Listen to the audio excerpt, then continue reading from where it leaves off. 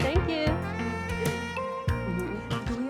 It makes me feel like I have something to contribute. It also gives me an opportunity to see people and interact and do something that's meaningful. Now that my children are grown, if I didn't have work, I don't know what I'd do. We're looking at 9 o'clock. Unless that changes, let's go with that. I get grumpy when I'm not feeling like I'm being productive, so maintaining a job allows me to feel like I'm still doing something useful.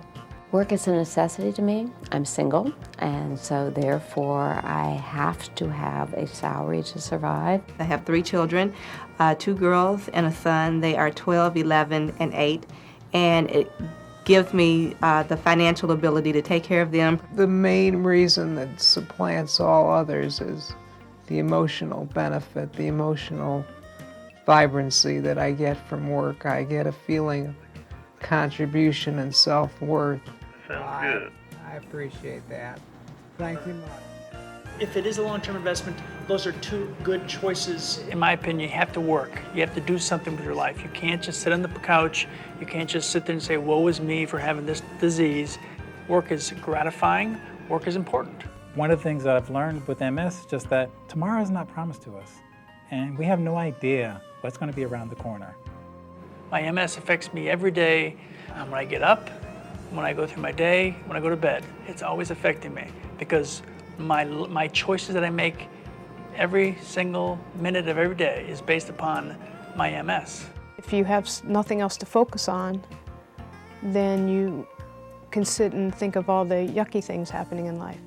But if you have something else to divert you, then you're going to continue to focus elsewhere. So I do, and work's important to me. It's important for me to get up every day because I can.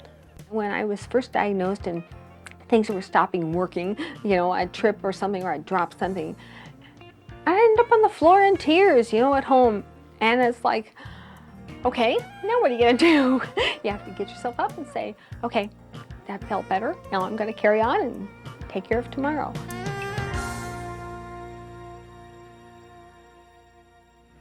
Lately, I've been learning a lot about what it takes to hold down a job while you have MS. And let me tell you, it ain't easy. But not having a job while you have MS can be a whole lot worse. Lately, I've been meeting some pretty amazing people who have continued to pursue their careers while managing their MS. Well, I think they're amazing. But actually, they're ordinary people just like you who have MS. I've also learned a lot from some professionals who help people with MS find and keep their jobs. So how is it that I became this treasure trove of knowledge? Well, it all started a few weeks ago when I got a call from my friend Claire. She's had MS for about a year or so. She's a graphic artist whose career is just beginning to take off. So far, her symptoms have been minor, so she hasn't told anyone at work about her MS.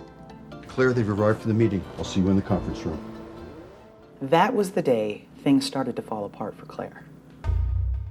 So, what do you think of the work so far? You know, overall it looks really good. However, I think I wanted this over here and this over here. And didn't we already discuss that? You know, we did. We had that conversation, and I assure you that everything will be done. I'm actually a little concerned about how it's going to come together at the convention. We have a lot of pieces and parts that need to be pulled together in a very short period of time. Don't worry about it. Don't worry about it. Claire's the best we have. She's very energetic. She's focused. If she has to work 18 hours, we'll have this done the way you want it, and it'll be done on time. I promise. Again, please let me assure you, everything's going to be. To first thing. Are you okay? What did she have for lunch? Claire's the best we have. Don't be concerned about anything. Are you sure? I'm certain. Hi, Vanessa. I need to talk to you. And that's how our regular meetings in our favorite coffee shop began. Sorry it took so long getting here. I got hung up at a meeting. I should be the one apologizing to you. No, girl, that's what friends are for. Plus, I'm looking forward not to be in that rush hour traffic. So what's up? Vanessa, MS has given Claire another full-time job, and understanding how it does and does not affect her in the workplace can be a very complicated task, one that people often need help to do. Well, I'm glad you called. I find that when I have days like that, the best thing to do is just cut your losses and take the rest of the afternoon off. Vanessa, this isn't just your run-of-the-mill bad day here. I've got MS. Remember MS? And you know what? It's only going to get worse. And at some point, I've got to come to terms with what that means for not only my job, but my entire career. You may feel that it's very overwhelming and severe, and if you have somebody to bounce your ideas off of, they can bring it back to, well, let's look at this realistically and let's see what are some of the things that you can do, and maybe it's not as bad as you think it is. What Claire is doing is perfectly normal and very healthy. Before she gets to the stage where she's willing to make some definitive decisions on where she wants to go in her job and with her employer, she has to start processing all of what is occurring and what's happening to her and how she feels about that. And vent. It's okay to vent. I don't think somebody should get stuck in that stage, but definitely vent and until you're feeling better about it, because there's nothing that any of us can do to change it. Because it's not going to go away, but you can get through this. You just have to decide that, okay, this is my little bag to carry, and I'm going to make the best of it, and I'm going to find ways to work around it, and do what I can, and don't worry about what I can't. That's our choice, to make the best of it or cry about it every day. I choose not to cry about it. And I know that may sound kind of harsh to some people, but that it is what it is. I'm going to have to make some major decisions about my future soon.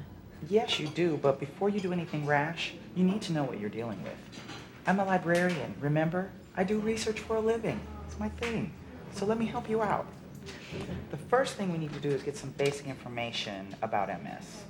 How MS will affect your job, and how your job will affect your MS. Usually MS in the early stages is characterized by a relapsing remitting disease. It means a patient has an acute attack, it may last for a few weeks, and then the patient gets better. Oftentimes, later in the disease, there's a more insidious progression with some accumulation of disability. So sort of keeping track of how MS is affecting you on an ongoing basis, because it changes sometimes from day to day, is very important. I'd call it self-monitoring. I think it's important to just realize how your body reacts to stress, reacts to deadlines, reacts to having a set schedule. It's very important to keep doing what you're doing and doing it well. By doing something well, you can get the benefits from work that are kind of psychological benefits to working. I have more energy when I go out and I'm interacting with people than I ever would if I sit at home and watch TV or anything else. I am one of those people that literally get energy very much from other people. Logistics are more tiring than the actual matter of the work. And that means that living here in Washington, D.C., you can face a day of 104 degrees in the shade and a lot of humidity. So getting to the office can be dreadful. It's fine when I'm just sitting at my desk, working on my computer, answering telephone calls, talking to my assistants. That's great. Where I notice it is if I get pulled into a big meeting or if I have to present. So anything that's going to cause a little bit of stress or tension, you got to be on. I notice that everything stops working as well as it should. I find that I trip a little more, my tongue gets tied a lot more, my mouth gets dry in ways that it never did before the MS. And so I have to really try very consciously, calm down, breathe, because the MS can get in the way a little bit. And I really do enjoy what I'm doing. I like all my coworkers, and I feel like my career is just finally starting to take off. And with that promotion that you were telling me about, you're finally going to be making some decent money. Yeah, and I sure could use it. I just found out that Jenny needs braces. Yeah, and without a husband's medical benefits to count on. I don't know though, I've been having these flare-ups lately, and with MS, I know it's only going to get worse. I just don't know how much longer I can keep this up. Right when you've been diagnosed with MS, you're going through a lot of different feelings and new and different symptoms, and we can sometimes make decisions quickly. So please give it some time, learn how to manage your symptoms, learn how to manage your MS, and then really look at how those symptoms are directly affecting your ability to work and you in the workplace, and then make that decision. I think that you should continue to work as long as you can. For the financial benefits, for defining who you are. It's important for them to continue to work in order to feel like they're part of the community. There are definitely ways to manage some challenging symptoms that you might experience that's caused by the MS, and there are ways that you can tap into legal protections out there that will allow you to remain employed for as long as you possibly can. When I was first diagnosed, I had a number of people telling me, you really should think about not working, you should just rest, you should focus on your health. And that was discouraging for me. At 30 years old, you don't want to hear that you should consider disability. And even though at that time I was sick and I was in crisis, I didn't feel that I was anywhere near ready to retire or go on disability. People are usually surprised when they hear that I'm still working. And they just assume that you're going to go out on disability or you're just not working. We're not independently wealthy. And I think work is just something that every day people have to get up and go to work. Well, so do I. So yes, I'm constantly told, oh, oh, you poor thing. No, there are a lot of people a lot worse off than me.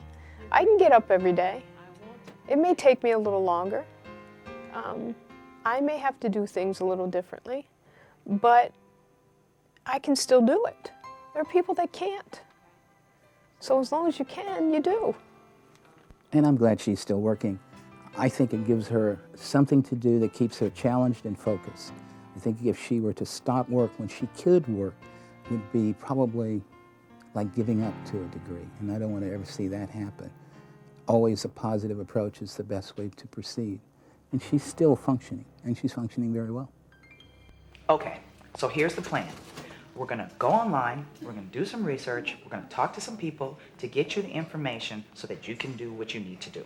Here's how I think we should organize it. Okay, wait a minute. As researcher or drill sergeant? Both. First thing you need to do is know what your legal rights are. Whoa, wait a minute. There's no way that I'm going to get lawyers involved with this. I don't think you need to, but there are laws out there that can protect you that you need to know about.